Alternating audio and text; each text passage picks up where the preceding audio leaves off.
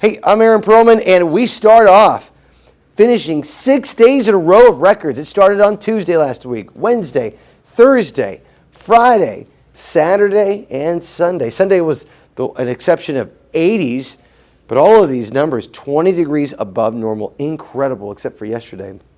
Two of those, we had never tapped 95 degrees ever for the month of March, and we did it twice this year. Incredible. On Friday, we tied the record of 93. Oh, we tied. Still a record. Where are we headed today? Well, the good news is I think we're going to get away from the record highs. The bad news, still 15 degrees above normal. But it kicks off with the wind advisory. It starts at 4 p.m.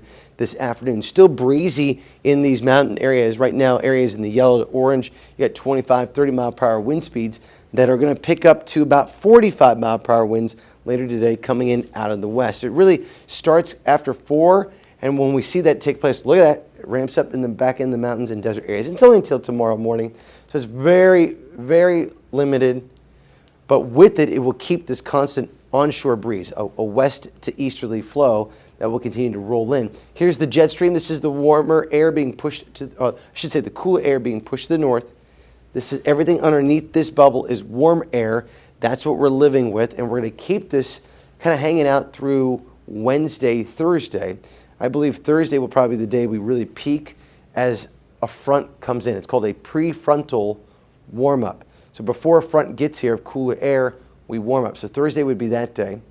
And then we'll start getting more of a west-easterly flow continuing to pick up. And in fact, next week it will get cool and breezy. No rain, close, but then deeper into next week, chances of rain may be showing up as early as Wednesday, maybe. So it's really interesting to see if we can get that, because next week that's when kids are on spring break. You got 80s in the fold right now. Everything's 15 degrees above normal.